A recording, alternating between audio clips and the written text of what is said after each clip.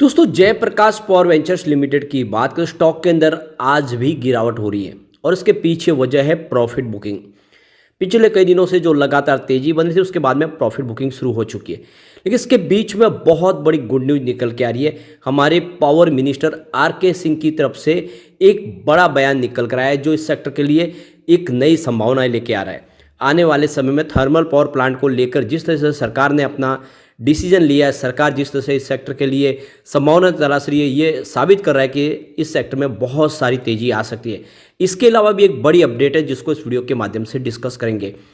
ये छोटा सा पेनी स्टॉक जिसकी प्राइस बहुत नीचे है, वैसे पिछले दिनों काफ़ी ज़बरदस्त दौड़ा, कम समय में पैसे डबल भी हुए, लेकिन अब करेक्शन आ चुका है। तो क्या करना चाहिए?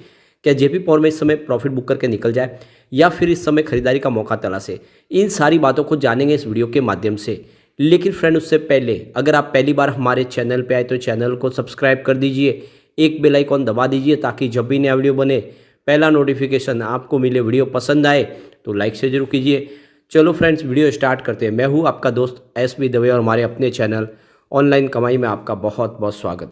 सबसे पहले बाजार की बात करें, इस समय 2 बजे के आसपास का टाइम है। BSE सेंसेक्स 65,788 के स्तर पर है, जहां पे 141 पॉइंट की गिरावट है, यानी 0.22% डाउन है BSE सेंसेक्स। तो बाजार में दबाव बना हुआ है, स्पेशली वो स्टॉक जो काफ़ी ज़्यादा दौड़े थे उसमें प्रॉफिट बुकिंग शुरू हो चुकी है। सारे स्मॉल कैप इस समय प्रॉफिट बुकिंग की चपेट में। अब इसके पीछे वजह ये होती है कि बहुत भारी मात्रा में बड़े फंड हाउस खरीदारी करते हैं और जैसे उनके पैसे कम समय में अगर डबल हो जाते हैं तो वो प्रॉफिट बुकिंग करेंगे। जेपी पावर की बात करें, स्टॉक की शुरुआत तो पॉजिटिव हुई 13.65 पर, क्योंकि कल की क्लोजिंग 13.60 के आसपास थी और इंट्राडे में यही दिन भर का हाई है 13.65 का, लेकिन जो लो है वो 13 का है। तो काफ़ी तेज़ी से स्टॉक नीचे भी आया, 15 तक गया था, आप समझ सकते हो इस समय 13 के आसपास। इसमें रिसेंटली 13.20 के आसपास ट्रेड कर रहा है, 2.94% की गिरावट, लगभग 3% के आसपास की गिरावट है। अब इसकी परफॉर्मेंस अगर आप देखें तो आपको समझ में आएगा कि पिछले 2-3 ट्रेडिंग सेशन से इसमें प्रॉफिट बुकिंग आ चुकी है। 15 नवंबर को स्टॉक 14.55 के आसपास था, 2.8% की शानदार तेजी बनी। 16 नवंबर की बात करें, क्लोजिंग 14.80 के आसपास हुई, जहाँ पे 1.7% की तेजी बनी। तो तेजी धीरे धीरे कम होने लगी और फिर 17 नवंबर को अगर देखें तो क्लोजिंग 14.50 के आसपास है, जहाँ पे 2% की गिरावट हुई। फिर देख सकते हो कि 20 नवंबर को 14 के आसपास स्टॉक आ गया 3.4% की बड़ी गिरावट के साथ में। फिर 21 नवंबर की यानी कल की बात करें तो क्लोजिंग 13.60 के आसपास थी, जहाँ पे 2.9% की गिरावट हुई। तो आप क्लियरली समझ सकते हो कि सिर्फ यहाँ पे पिछले 3 ट्रेडिंग सेशन में लगभग 8% के आसपास की गिरावट हुई और आप ये समझ सकते हो कि आज भी लगभग 3% गिरावट है, यानी लगभग 11-12% की गिरावट हुई है पिछले 3 ट्रेडिंग सेशन में। और इसके पीछे वजह प्योरली प्रॉफिट बुकिंग। वॉल्यूम काफ़ी बड़ा है पूरे बाजार में। वॉल्यूम के मामले में जेपी पावर आज नंबर 4 पे है और रिलायंस पावर नंबर 3 पे, जहाँ पे प्रॉफिट बुकिंग ऑलरेडी वहाँ पर भी चालू है क्योंकि स्टॉक काफ़ी दौड़ा है। नंबर 2 पे यस बैंक आपको दिखाई देगा, जहाँ पे प्रॉफिट बुकिंग की वजह से स्टॉक वो भी नीचे, और वोडाफोन आइडिया जहाँ पे काफ़ी बड़ी प्रॉफिट बुकिंग हो रही है। तो जितने स्टॉक दौड़े थे वो सारे के सारे प्रॉफिट बुकिंग में आ चुके। चाहे सुजलॉन देख सकते हो, वहाँ पे तो संभावना लोअर सर्किट की बनी है क्योंकि 5% की सर्किट लिमिट है, लगातार स्टॉक दौड़ा था। तो यहाँ पे बहुत बड़ी गुड न्यूज निकल के आ रही है। हमारे पावर मिनिस्टर आर.के. सिंह की तरफ से जो बयान निकल कर आया है, इंडिया को इस समय प्राइवेट मनी की जरूरत है कोल बेस्ड पावर प्लांट को तेजी से आगे बढ़ाने के लिए। चाहे भले ही विश्व इस समय कोल बेस्ड पावर प्लांट को नहीं आगे बढ़ाना चाहते हो, लेकिन इंडिया की इकोनॉमिक ग्रोथ के लिए ज़रूरी है कि इस सेक्टर में निवेश किया जाए, यानी कोल बेस्ड पावर प्लांट की कैपेसिटी को बढ़ाया जाए, क्योंकि जो इकोनॉमी की ग्रोथ है वो इसी के दम पे आगे बढ़ सकती है।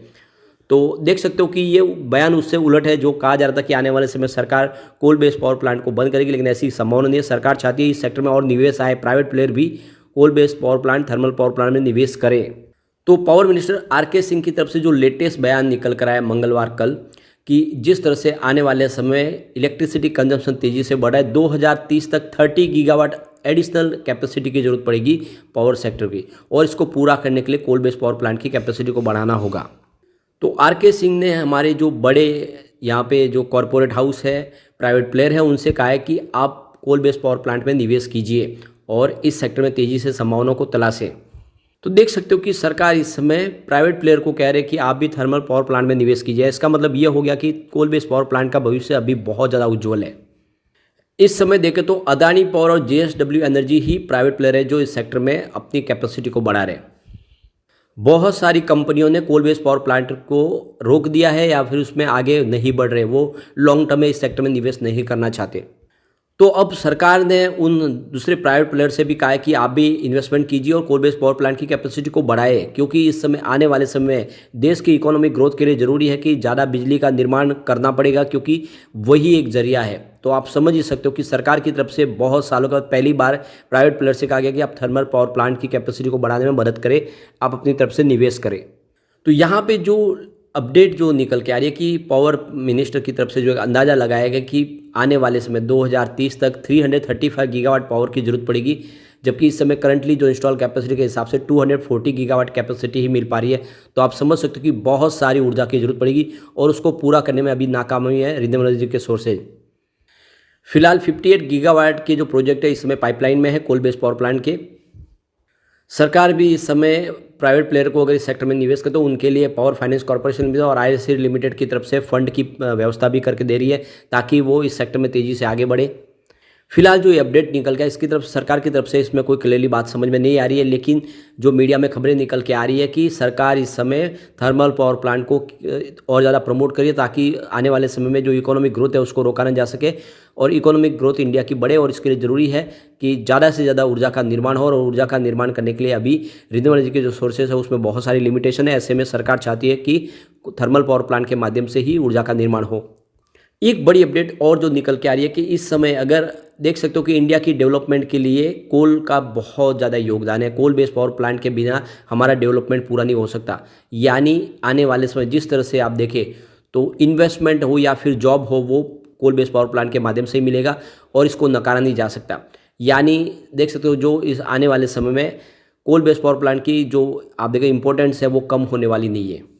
अगर पूरे वर्ल्ड की बात करें तो जो 80% टोटल एनर्जी का है वो ये इस समय देखें तो जो इस्तेमाल हो रहा है वो सारा का सारा अगर आप देखें तो फॉसिल फ्यूल्स के माध्यम से ही है, जिसमें आप देखें तो ऑयल, कोल और गैस जिसका 30, 27 और 23% का योगदान है।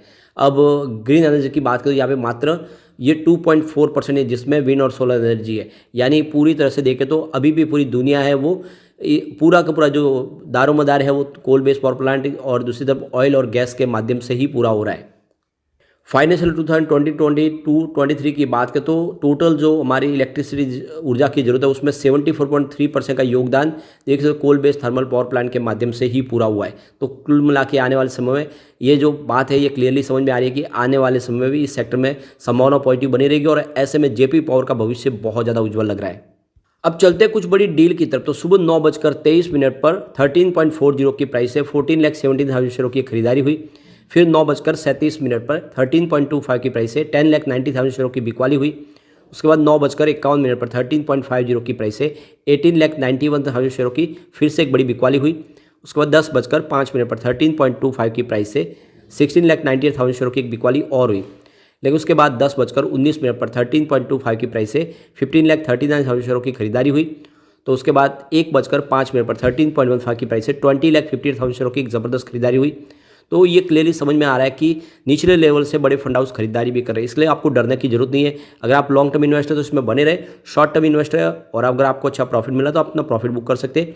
लेकिन जल्दी स्टॉक के अंदर फिर से शानदार तेजी की संभावना बनेगी और स्टॉक अब की बार लंबी रेस के लिए तैयार हो चुका है, क्योंकि इस सेक्टर में जिस तरह से सरकार की तरफ से मंशा क्लियर हो चुकी है, सरकार कोल बेस्ड पावर प्लांट की कैपेसिटी को और बढ़ाएगी, इसके लिए सरकार सपोर्ट भी करेगी और पॉलिसी में बदलाव भी करेगी। तो ये स्टॉक आने वाले समय कमाल करेगा और मल्टीबैगर बनेगा आने वाले समय में। लेकिन फ्रेंड, कोई भी इन्वेस्टमेंट करने से पहले अपने फाइनेंशियल एडवाइजर से बारे ले ले या अपना खुद का रिसर्च करें, क्योंकि मैंने वीडियो आपके एजुकेशनल पर्पज़ के लिए ही बनाया। वीडियो पसंद आए तो लाइक से जुड़िए और चैनल को सब्सक्राइब कर दीजिए। Thank you friend.